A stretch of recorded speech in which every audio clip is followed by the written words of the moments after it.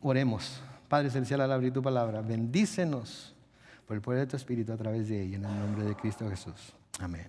Ok, estamos estudiando Primera de Samuel y estamos en el capítulo 20, y la semana pasada dejamos a David y a Jonatán platicando el uno con el otro, haciendo un pacto, ¿verdad? David insistiendo en que Saúl, el padre de Jonatán, lo quería matar. Jonatán todavía insistiendo un poco en que no, si él te quisiera matar, me va a decir a mí, si él me dice a mí, yo te voy a decir. Y David insistiendo en que no, si me quiere matar, verás, mañana no voy a estar en la cena de fin de mes, de la luna nueva, y verás cómo se va a enojar y va a querer ir detrás de mí, etcétera, etcétera. Y Jonatán le pide un favor a David, le pide que cuando finalmente él llegue al trono, que no va a ser hasta dentro de unos 20 y tantos años, ¿verdad? Pero cuando llegue al trono no se olvide de toda la bondad que Jonatán le mostró a David, y que así también David le muestre bondad a la descendencia de Jonatán. Y vamos a ver que así lo hizo David cuando lleguemos a Segunda de Samuel, porque David cumplió su palabra, David cumplía su palabra. David era un hombre de acuerdo al corazón de Dios, y cuando prometía algo lo cumplía. Pero también vamos a ver que David era un hombre común y corriente como todos nosotros, que tenía defectos, que tenía debilidades, que en ocasiones mintió para salvarse el pellejo. En ocasiones anduvo de merodeador por ahí, haciendo cosas que no debería haber hecho, etcétera, etcétera.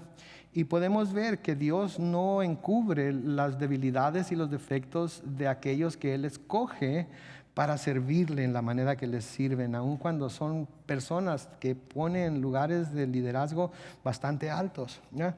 Y en lugar de juzgar nosotros, en lugar de pensar que eso no debería ser así, lo que debemos de hacer es darle gracias a Dios que es así, porque eso quiere decir que yo puedo ser pastor a pesar de todo lo que hice antes de venir a Cristo. Que ustedes pueden ser siervos y siervas del Dios Altísimo, este Dios santo, perfecto y justo que está en el cielo, a pesar de lo que hayan sido antes de Cristo. Y que cualquier cosa que seamos, si venimos al Señor con la disposición de confesar nuestros pecados, ¿qué nos dice Juan? Él es fiel y justo para perdonarnos nuestros pecados y limpiarnos de toda maldad. Ahora, eso no quiere decir que pues como tengo el perdón de Dios en Cristo, entonces puedo hacer lo que me dé mi regalada gana, al cabo que luego me arrepiento y todo está bien. No, si alguien piensa de esa manera no está entendiendo la gracia de Dios, no está entendiendo la bondad de Dios, no está entendiendo la compasión que Dios tiene por el pecador.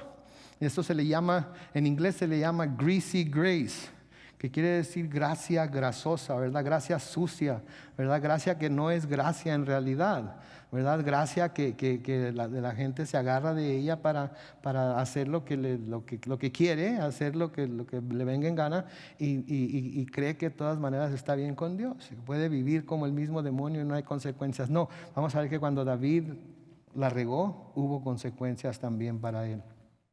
Entonces hoy en el capítulo 20 de Primera de Samuel, comenzando con el versículo 24, dice: entonces David se escondió en el campo, y cuando llegó la fiesta de la luna nueva, el rey se sentó a comer. Recuerden que eso era de lo que estaban hablando David y Jonatán en la última junta que tuvieron, en la última reunión que tuvieron. Versículo 25 sigue diciendo: como de costumbre, Saúl ocupó una silla junto a la pared, y yo creo que Saúl se sentaba junto a la pared porque era de esas personas que estaban todos llenos de paranoia siempre, estaban todos asustados siempre por la forma en la que era, por la forma en la que conducía sus negocios, por las cosas que hacía, y siempre tenía que estar con la espalda contra la pared porque se presentía que alguien algún día iba a querer asesinarlo para quitarle el reino, y esa era su mayor preocupación, que alguien le quisiera quitar el reino, como vamos a ver más adelante. Jonatán se hizo a un lado y Abner se sentó junto a Saúl, pero el lugar de David quedó vacío. Vamos a ver mucho más acerca de Abner también más adelante, pero ahorita cabe mencionar únicamente que él se sentó a un lado, Jonatán se hizo a un lado, y Abner se sentó a un lado de Saúl, como diciendo que él era el segundo, que él era el asistente del rey, y el hijo mejor se hizo a un lado. Versículo 26 sigue diciendo: ese día Saúl no dijo nada porque pensó que tal vez algo le habría pasado a David y no estaría purificado. Cuando se hacían cenas solemnes, cuando se hacían fiestas solemnes, cuando se practicaban ciertos ritos o se celebraban ciertas fiestas, para que la gente pudiera participar, tenía que purificarse. Tenía que ser purificado, ser lavado de su pecado, ser lavado de su inmundicia. Sí, por eso tenían picheles y tinas de agua fuera de las casas para lavarse ceremonialmente y poder participar de las diferentes comidas y cenas que hacían. Por eso cuando iban al templo también había pilas de agua, etcétera, en donde la gente se lavaba antes de entrar a los atrios principales, etcétera, etcétera. Todo lo que se sacrificaba tenía que lavarse, tenía que purificarse. De hecho, esas son imágenes de lo que finalmente vino a ser el bautismo, ¿verdad? Pero no con la misma intención el bautismo más bien identificándonos con el Señor Jesucristo que lavándonos de cualquier impureza, porque para los que no lo saben, el bautismo no nos limpia de nuestras impurezas, ¿ok?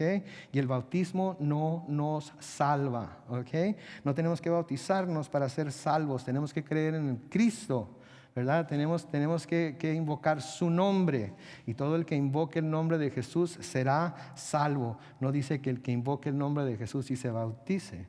El que invoque el nombre de Jesús será salvo. Entonces, todos estos ritos de lavamientos y purificación, eso era lo que estaban presagiando de alguna manera. Y tenían que, para poder participar de estas cenas, de estas fiestas, tenían que purificarse.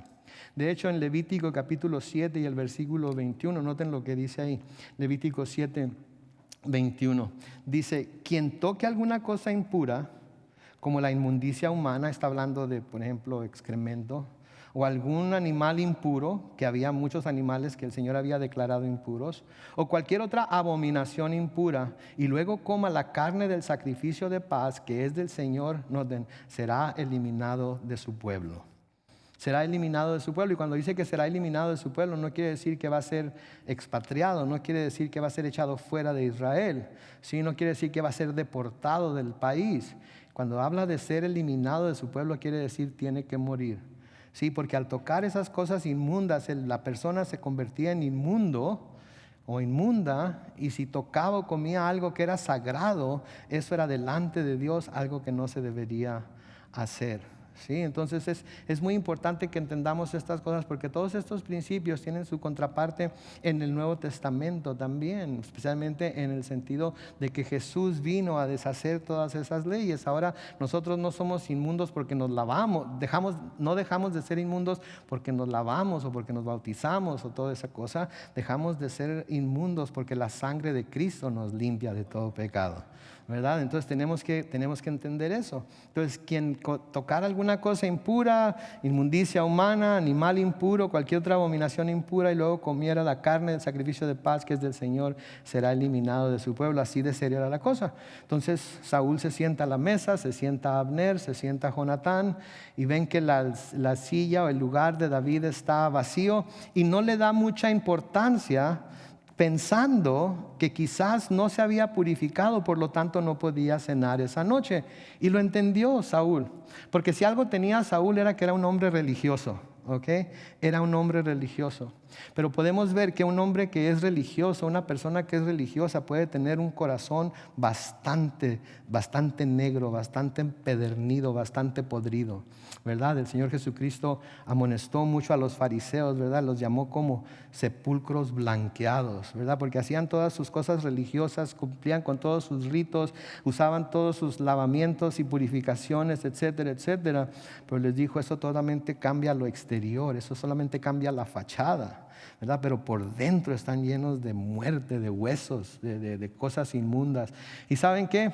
Yo prefiero estar así feo y maltrecho por fuera, pero que por dentro mi corazón esté lavado con la sangre de Cristo, y pueda yo presentarlo con toda confianza delante de Dios, y saber que no voy a ser rechazado por Él, porque no vengo con mis actos religiosos, no vengo con mis ritos religiosos, no hago lo que hago por religiosidad, lo hago por gratitud a Dios por lo que hizo por mí por medio de Jesucristo. Sí, pero Saúl era un hombre religioso, vamos a poder ver que era un hombre religioso. El hecho de que tuviera esta cena de luna nueva en su casa, el hecho de que invitara a sus líderes a que participaran con él, el hecho de que se preocupara porque estuvieran purificados y no fueran a ser muertos por Dios por hacer las cosas de una manera indigna, nos muestra que era un hombre religioso. Sí, hay muchas personas así que quieren que cumplamos religiosamente con las cosas que ellas o ellos piensan que son importantes para Dios, pero por dentro no hay ningún cambio, todo sigue igual, no hay nada que los identifique como seguidores del Señor. Versículo 27, noten que sigue diciendo: al día siguiente, que era el de la fiesta de la luna nueva, el lugar de David seguía vacío. Entonces Saúl le preguntó a Jonatán, y noten cómo habla aquí: ¿por qué el hijo de Yesé ha faltado 2 días a nuestra comida? Noten cómo se refiere a David. Noten cómo en un momento dado, él era alguien cercano a David. David le tocaba su música cuando Saúl estaba siendo atormentado por ese espíritu maligno que el Señor dejaba que cayera sobre él.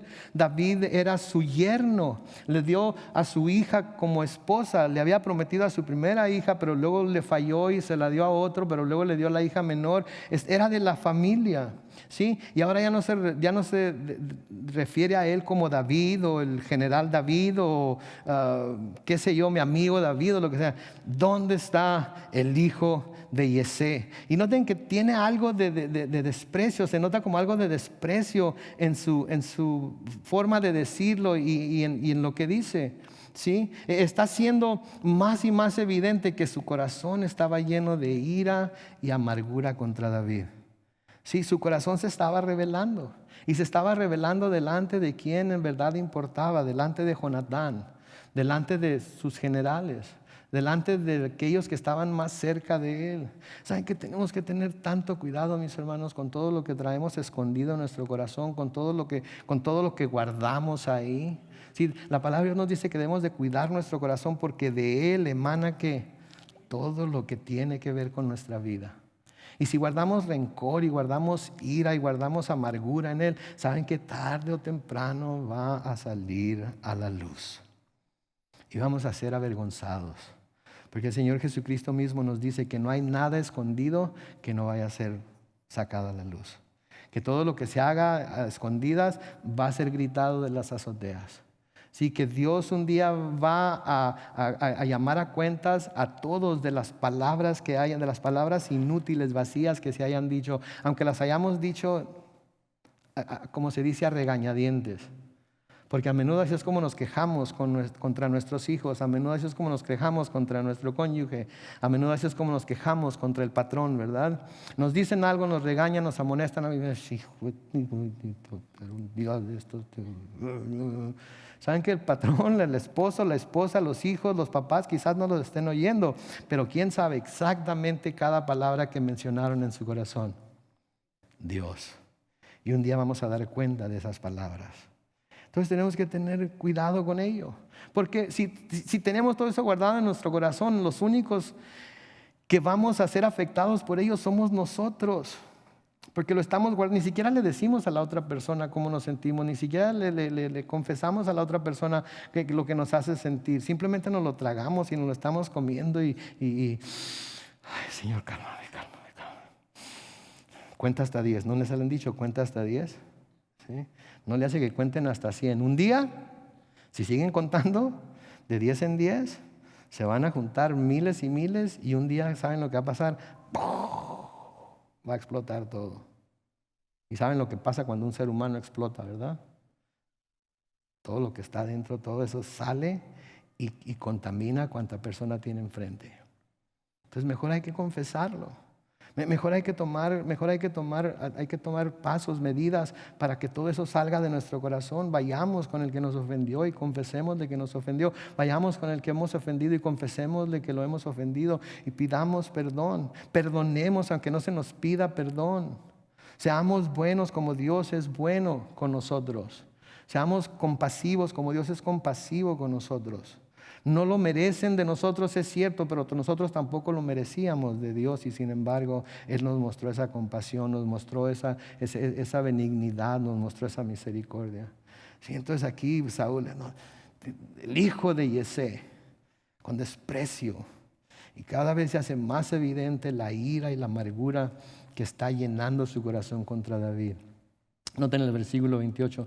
Entonces Jonatán le dijo, David me pidió encarecidamente que le permitiera ir a Belén. ¿Se acuerdan? Eso fue lo que le dijo David a Jonatán que le dijera a su padre. Y ahí vemos una de esas instancias en las que David está solicitando que Jonatán le mienta a su padre para poder salvar su pellejo. Aunque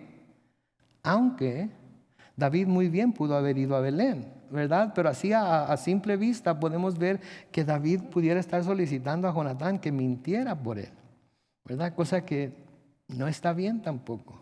Versículo 29 sigue diciendo, me dijo, te ruego que me dejes ir, pues nuestra familia ofrece un sacrificio en el pueblo y mi hermano me ha pedido que asista. Si soy digno de tu buena voluntad, permíteme ir a visitar a mis hermanos. Por eso David no se ha sentado a la mesa de su majestad. Noten todavía a Jonatán mostrándole ese respeto a su padre. Jonatán todavía reconociendo la autoridad no solamente de su padre sobre él, sino la autoridad de su rey sobre él, aun cuando él ya sabe que las intenciones del rey no son nada honorables. De todas maneras se está sometiendo a su autoridad. ¿Por qué? Porque Dios ha puesto esa autoridad sobre él. Porque Dios es el que lo ha puesto como su padre, porque Dios es el que se lo ha dado como su rey. Y la única manera en la que Jonatán se va a salvar de no estar bajo el gobierno, la supervisión, etcétera, de su padre y rey, va a ser si Dios decide quitarlo a un lado, decide hacerlo a un lado. Porque ¿saben qué? Nuestros padres son nuestros padres hasta el día en el que se mueran. Y debemos respetarlos como tales. Honra a tu padre y a tu madre, que es el primer mandamiento con promesa. ¿Sí? Y entonces hasta que Dios no los quite de encima de nosotros, vamos a tener que seguir respetándolos, a pesar de que a veces nosotros sentimos o creemos que no lo merecen. Pero aquí Jonatán sigue dándole ese lugar a su padre. Versículo 30 sigue diciendo, pero Saúl, noten, se llenó de ira en contra de Jonatán y le dijo, yo no sé qué diga su Biblia, le voy a leer lo que dice la mía, que es la Reina Valera contemporánea. ¿Okay?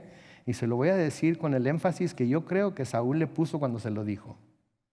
Pero de nuevo, el versículo 30, pero Saúl se llenó de ira en contra de Jonatán y le dijo, hijo de mala madre. Así le dice en mi versión, Reina Valera contemporánea. Y luego noten la pregunta que le hace, ¿tú crees que no sé que ustedes son muy amigos?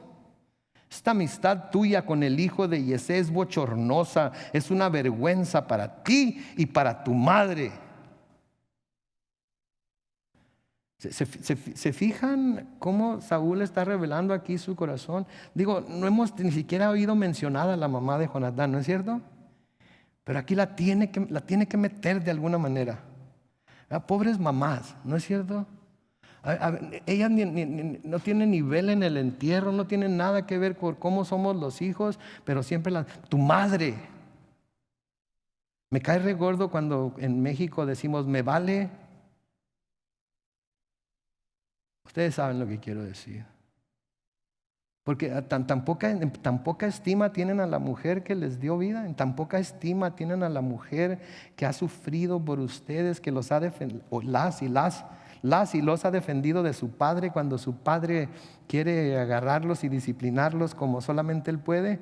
En tan baja estima la tienen a esa mujer que sufrió trayéndolos dentro 9 meses y luego sufrió lo que sufrió cuando los tuvo. Una de las mejores experiencias que yo he podido tener en el mundo, no porque fuera una experiencia muy que qué bárbaro, muy sublime, pero porque me dejó ver lo que mi madre sufrió, fue ver a mis hijos nacer. Fue ver a mis hijos nacer. Cuando miré a mi esposa y lo que tuvo que pasar y lo que le tuvieron que hacer y cómo agarraron la cabeza de mis hijos con forceps y le hacían así como si estuvieran sacando un diente. Y mi esposa, pues, su cuerpo es el que está sufriendo todo eso, está sufriendo todo ese dolor. Hasta que mejor denme drogas, ¿verdad? Porque así no siento nada, ¿verdad? Pero las que lo tienen natural, las que no usan epidural ni nada de esas cosas, qué bárbaro. Pero pobres madres, ¿no es cierto? Digo, no estoy diciendo que todas las madres sean perfectas. Hay muchas madres que no lo son. Olvídense de eso. ¿Sí?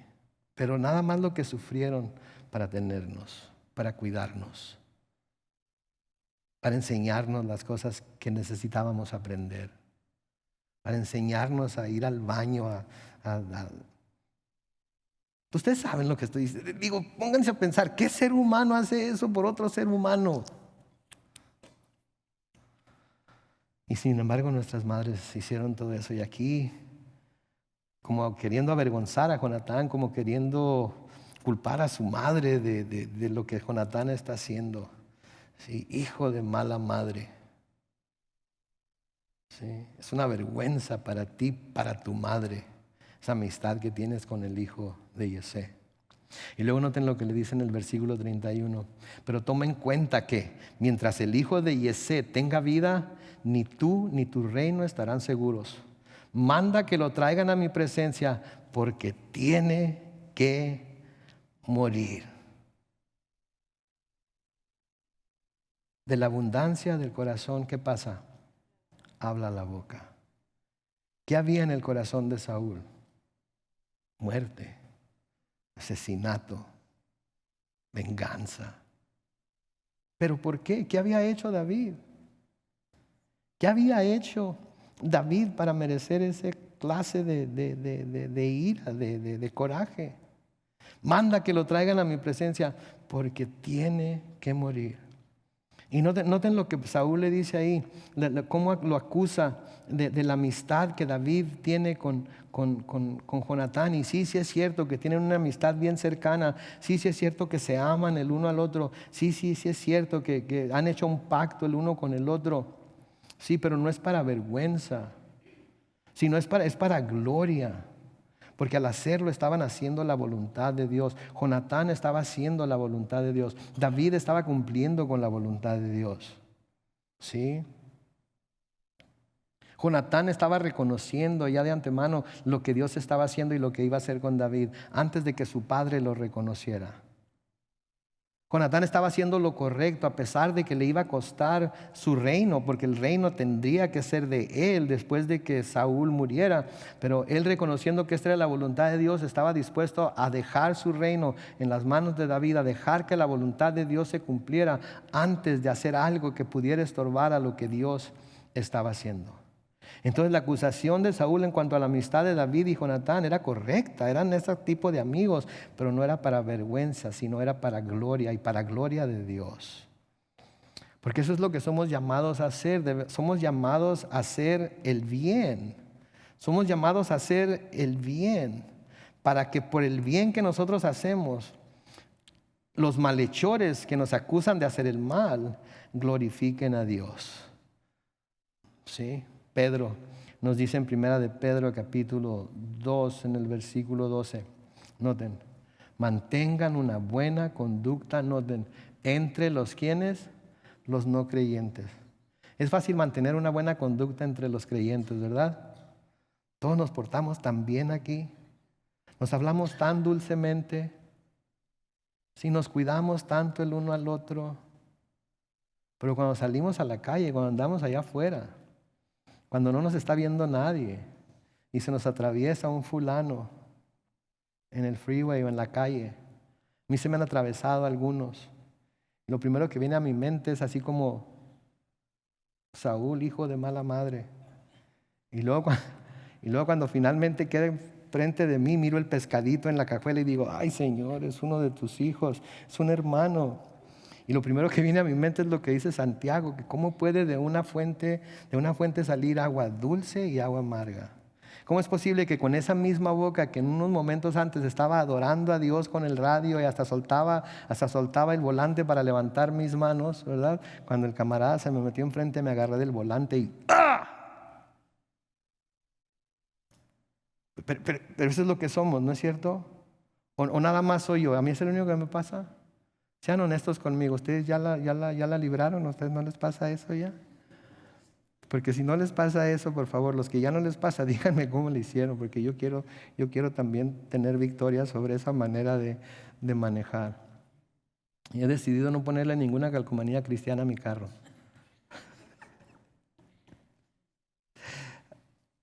para que no se blasfeme el nombre del Señor por mi comportamiento. Especialmente cuando voy en el freeway como a 80 por hora y rebasando gente. Y mi esposa me dice, ay, honey, ¿cómo pecas cuando manejas? No debería de reírme, perdón, todos los que nos están viendo ahorita en Facebook, los que nos van a ver en YouTube mañana. No debería de reírme, no deberíamos de reírnos, porque eso en realidad es algo con lo que tenemos que luchar constantemente. La palabra de Dios nos dice que uno de los dones del Espíritu es que la templanza, el dominio propio.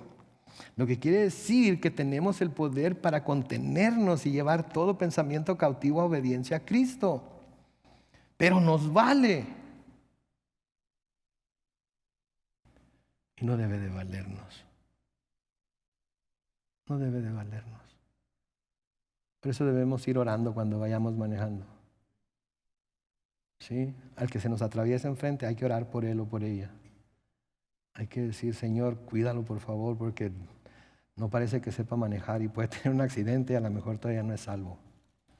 O a lo mejor va bien apurado porque le hablaron de su casa para que vaya a ver a su esposa o a su hijo enfermo. A lo mejor se levantó tarde y va al trabajo bien tarde, como algunos de nosotros algunas veces vamos y va todo apurado y ni siquiera se fijó en lo que hizo. Señor, por favor, cuídalo, guárdalo, protégelo, protégela.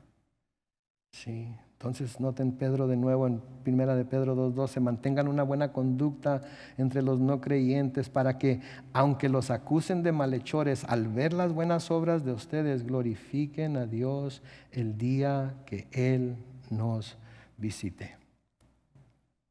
Debemos de mantener entonces un comportamiento digno del llamamiento que tenemos, como se nos dice en Efesios, sí, especialmente delante de los no creyentes. Para que aunque nos acusen como Jonatán y David están siendo acusados de malhechores, al ver las buenas obras de nosotros, glorifiquen a Dios el día que Él nos visite. ¿Sí? Esa es una manera en la que también podemos traer gloria a Dios y es una manera en la que podemos testificar de lo que Dios ha hecho en nuestras vidas y es una manera con la que podemos predicar las buenas nuevas del Evangelio también. Siendo compasivos, pacientes, ¿sí? Siendo amorosos y tranquilos. No se aceleren, cálmense. ¿Sabían que hay carros que si el carro de enfrente se detiene, el carro suyo se detiene solo, no tiene que prestar el freno? ¿Qué creen que vi hoy? A propósito, un paréntesis aquí. Fuimos al hospital, llevé a mi esposa al hospital a visitar a su oncólogo y miré un carro sin conductor que se estaba moviendo. Dije, híjole, ¿qué está pasando aquí? Y luego se detuvo. Y miré a un viejito con un bastón así que iba hacia el carro bien lento.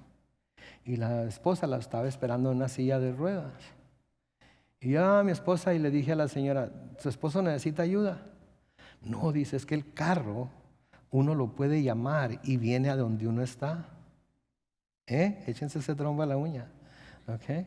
No más que el carro tenía que pasar por una vía peatonal. Y cuando se encontró con la vía peatonal, se detuvo y ya no se quiso mover.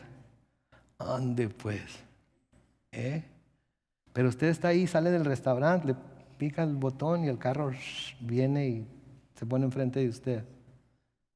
Cuidado porque ya viene el tiempo de Terminator. Pero fíjese, qué curioso, ¿no? Ok, cerramos el paréntesis. Entonces, cuando se busca servir al Señor, como dijo el Señor, como dice el Señor que debemos servir, ¿sí? Servirle. Nuestros enemigos pueden estar en contra de nosotros, pero van a ver que nuestro afán es por servir a Dios, por servirlos a ellos, por amarlos a ellos, por cuidar de ellos, por dar un buen testimonio delante de ellos y van a glorificar a nuestro Padre que está en los cielos. Aparte de que otra cosa también, que cuando buscamos servir al Señor, como dijo el Señor que lo deberíamos seguir, el Señor mismo nos dijo que los enemigos que íbamos a tener iban a estar ¿en dónde? En nuestra propia casa. Y aquí Jonatán estaba tratando de hacer lo que Dios quería, la voluntad de Dios. ¿Y dónde estaba su mayor enemigo? su casa, sentado del otro lado de la mesa en donde él estaba sentado. Tremendo, ¿no creen? Tremendo. No nos debe sorprender cuando eso nos sucede a nosotros. No nos debe sorprender porque esas son las mismas artimañas que usa Satanás siempre. ¿Sí? Además, la razón por la que Jonatán no sería rey no era por lo que Jonatán estaba haciendo, ni por causa de David, sino por lo que Saúl ya había hecho, que había sido desobediente a la voluntad de Dios y el reino le fue arrebatado. Entonces, Jonatán no iba a ser rey por lo que él estaba haciendo, por lo que David estaba haciendo, que no era nada. Era lo que Saúl ya había hecho, que no iba a permitir que Jonatán fuera rey. Ahora noten que Saúl le dice, tiene que morir. Tiene que morir. ¿Sí? Pero noten en Primera de Samuel, capítulo 19, como una página a la izquierda, si quieren ver ahí. Primera de Samuel, capítulo 19, en el versículo 6, Saúl juró por el Señor que respetaría la vida de David. Eso fue lo que le dijo a Jonatán.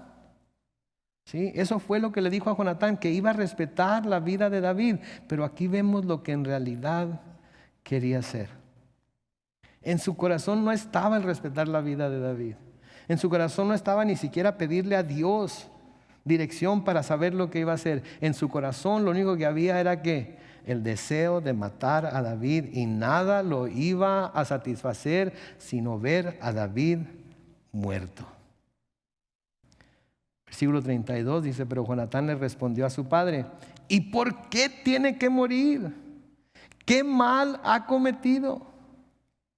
¿Qué ha hecho? Le dijo en otro pasaje anterior, ¿qué ha hecho sino buscar tu propio bien? Y noten por favor la respuesta de Saúl a su propio hijo en el versículo 33. Y por respuesta Saúl le arrojó una lanza con la intención de herirlo. Con esto Jonatán se dio cuenta de que su padre había decidido matar a David. Noten hasta cuándo Jonatán dijo, ok, es cierto entonces. Es cierto lo que David me dice.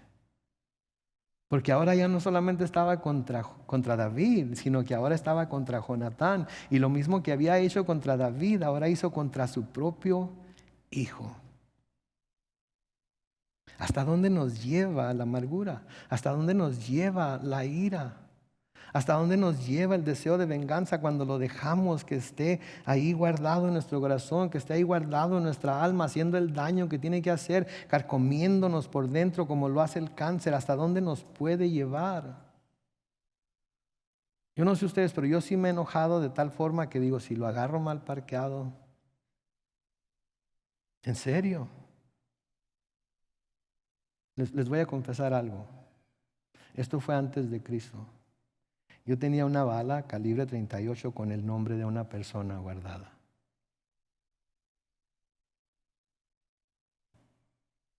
Porque no había en mi mente y en mi corazón ni siquiera la más mínima posibilidad que yo creyera que le podía perdonar a esa persona lo que había hecho. Pregúntenme dónde está la bala ahorita. No tengo la menor idea, la tiré a la basura cuando Cristo vino a mi corazón y sacó todo ese deseo de venganza y de muerte y de ira de Él y me transformó. Pero podemos llegar a ese punto, mis hermanos y hermanas. Por eso es tan importante que nos deshagamos de esos malos sentimientos. Noten lo que hizo Saúl aquí. Le arrojó una lanza a su propio hijo con la intención de herirlo. Y Jonatán se dio cuenta de que su padre había decidido matar a David. Versículo 38 sigue diciendo, entonces Jonatán se levantó furioso de la mesa y no comió ese segundo día de la fiesta, pues le dolió que su padre le hubiera puesto en ridículo y que quisiera matar a David. Al día siguiente por la mañana, a la hora convenida con David, Jonatán salió al campo acompañado de un criado y le dijo, cuando yo arroje estas flechas, si ustedes se acuerdan, esta fue la señal que decidieron que iban a hacer. Cuando yo arroje estas flechas, corre y ve por ellas. Y mientras más corría el criado, más lejos de él lanzaba Jonatán las flechas. Y cuando el criado llegaba donde estaba la flecha, Jonatán le gritaba, creo que la flecha está más allá. Y volvía Jonatán a gritarle al criado: corre, date prisa, no te detengas. Todo esto una clave diciéndole a David que él es el que debe correr, que él es el que debe darse prisa, que él es el que no debe detenerse, que Dios está diciéndole por medio de todo lo que está pasando que tiene que huir y no quedarse ahí. Y el criado recogió las flechas y se las entregó a Jonatán, pero no entendió lo que sucedía, dice el versículo 39, pues solo David y Jonatán sabían de lo que se trataba. Versículo 40, luego Jonatán le dio sus armas al criado y le dijo: anda, llévalas a la ciudad. Y cuando el criado se marchó, David salió de donde estaba escondido e hizo 3 reverencias hasta tocar el suelo. Y luego ambos se besaron y lloraron, pero David lloró más. Noten lo que está haciendo aquí David. David se está postrando 3 veces hasta el suelo, reconociendo a Jonatán como su Señor, reconociendo a Jonatán como el verdadero heredero al trono del pueblo de Israel, haciéndole reverencia, dándole el lugar que él se merecía. Porque aun cuando David había sido ungido como rey, él no iba a tomar el reino cuando él quisiera, él iba a tomar el reino cuando Dios se lo diera. Y mientras estuviera vivo Saúl, él era el rey. Y mientras estuviera vivo Jonatán, después de que Saúl muriera, él era el rey. Para David era importante respetar al ungido del Señor, pasara lo que pasara, porque eso daba buen testimonio de su corazón, de su gestión, no al rey que tenía por encima de él, sino al rey que tenía en el cielo por encima de él.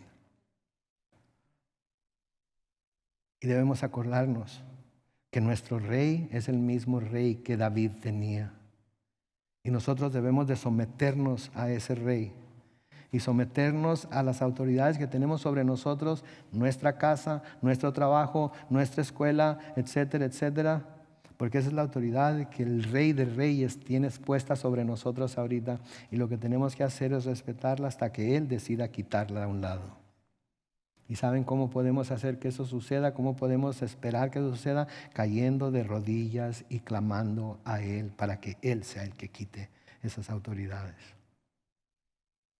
¿Sí? Pero noten de nuevo el versículo 41. Y cuando el criado se marchó, David salió de donde estaba escondido e hizo 3 reverencias hasta tocar el suelo. Y luego ambos se besaron y lloraron, pero David lloró más.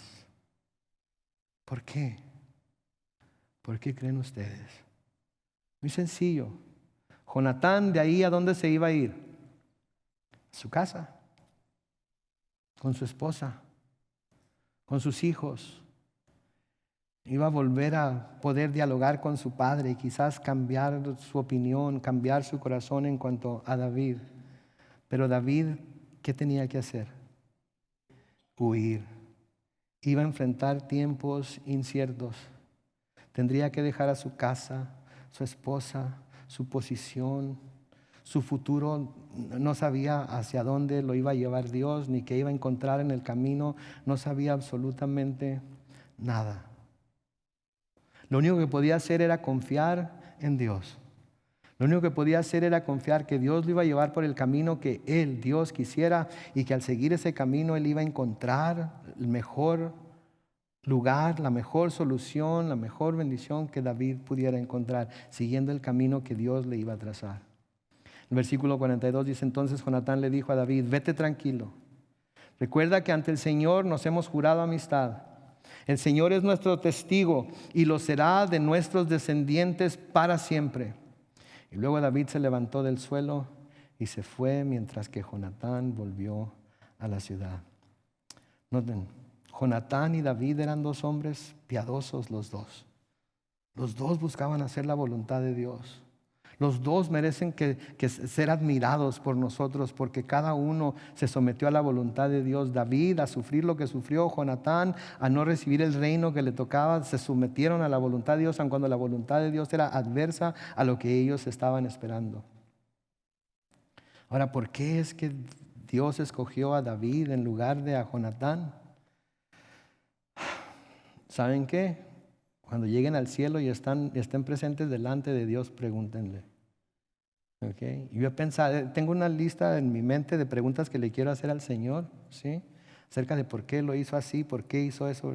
Pero tengo el presentimiento que cuando llegue al cielo voy a estar tan contento de estar ahí que no me voy a acordar de ninguna de ellas. Así es que cuando lleguen al cielo todavía tienen curiosidad por saber por qué, pregúntenle a Él. Ahora, David podría haber hecho un llamado a sus hombres valientes. Él tenía soldados que lo seguían, la gente lo admiraba. Podía haber declarado guerra contra Saúl, podría haberse levantado en protesta y tratar de derrocarlo, pero se fue y se fue solo. ¿Se dan cuenta de eso? Se fue y se fue solo. ¿Saben que es a menudo en la soledad cuando Dios puede tener finalmente nuestra completa atención y es entonces que puede comenzar a obrar en nosotros? A veces necesitamos estar completamente solos en nuestro dolor, soportando la carga, soportando la aflicción, no teniendo ningún otro lugar, ninguna otra persona donde correr más que a Dios. Y cuando estamos ahí solos, clamando a Él, es cuando nos habla tan claramente. Nos habla tan claramente.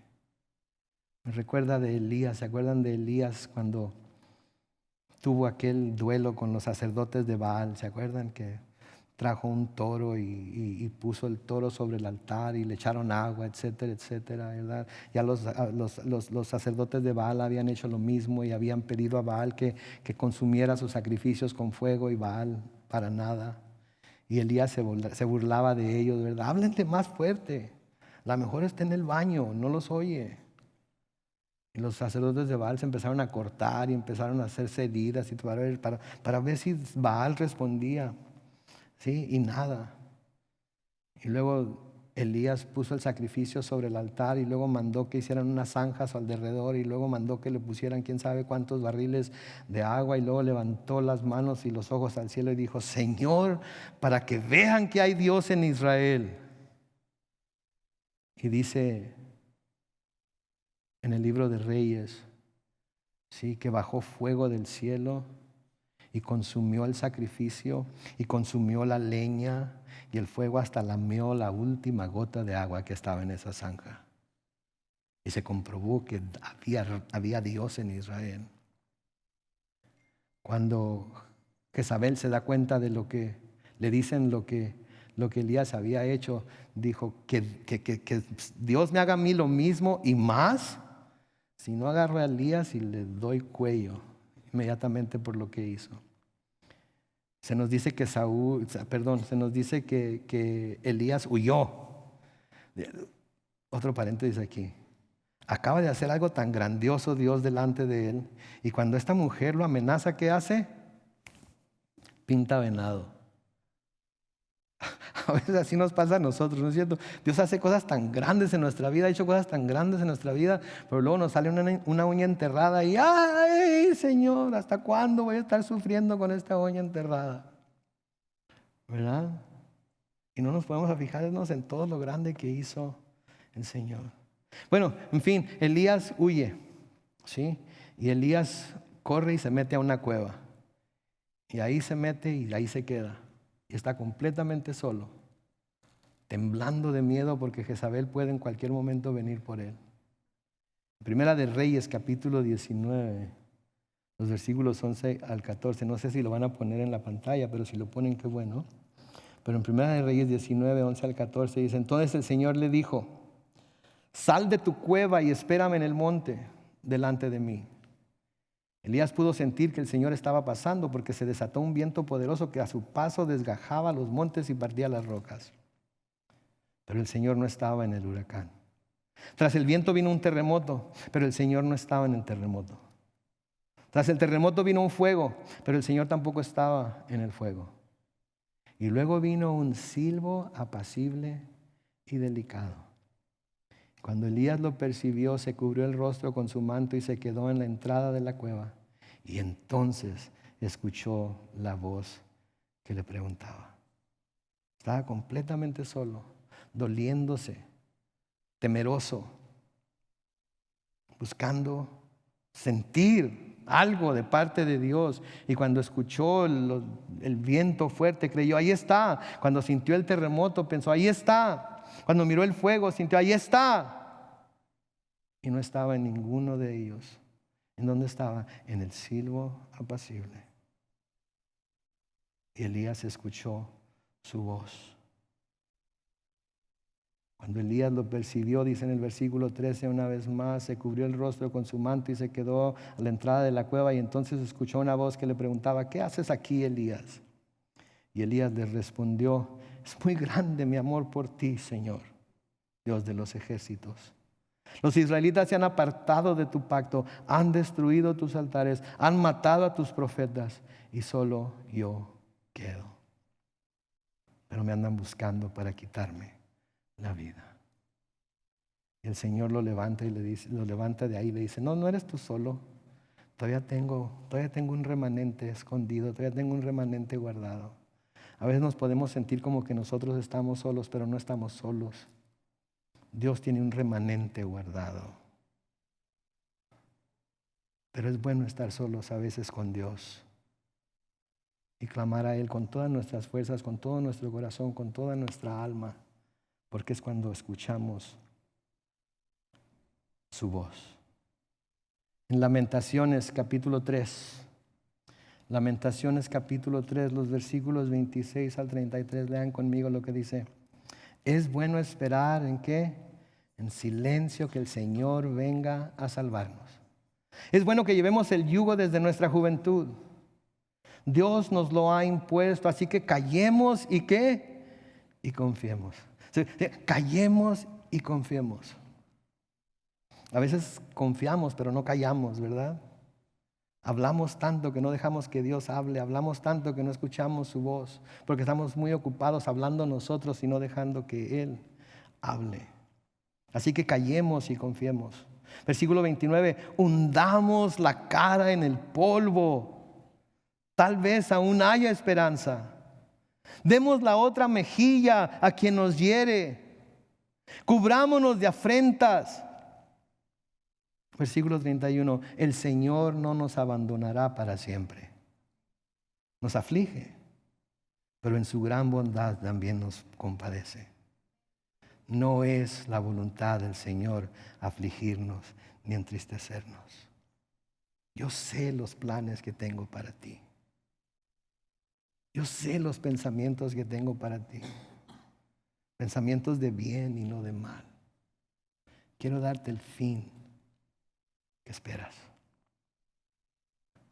A veces es bueno estar solos delante de Dios. Busquemos todos esos momentos de estar solos delante de Dios. Con la boca cerrada, con la Biblia abierta, buscando escuchar su voz. Amén.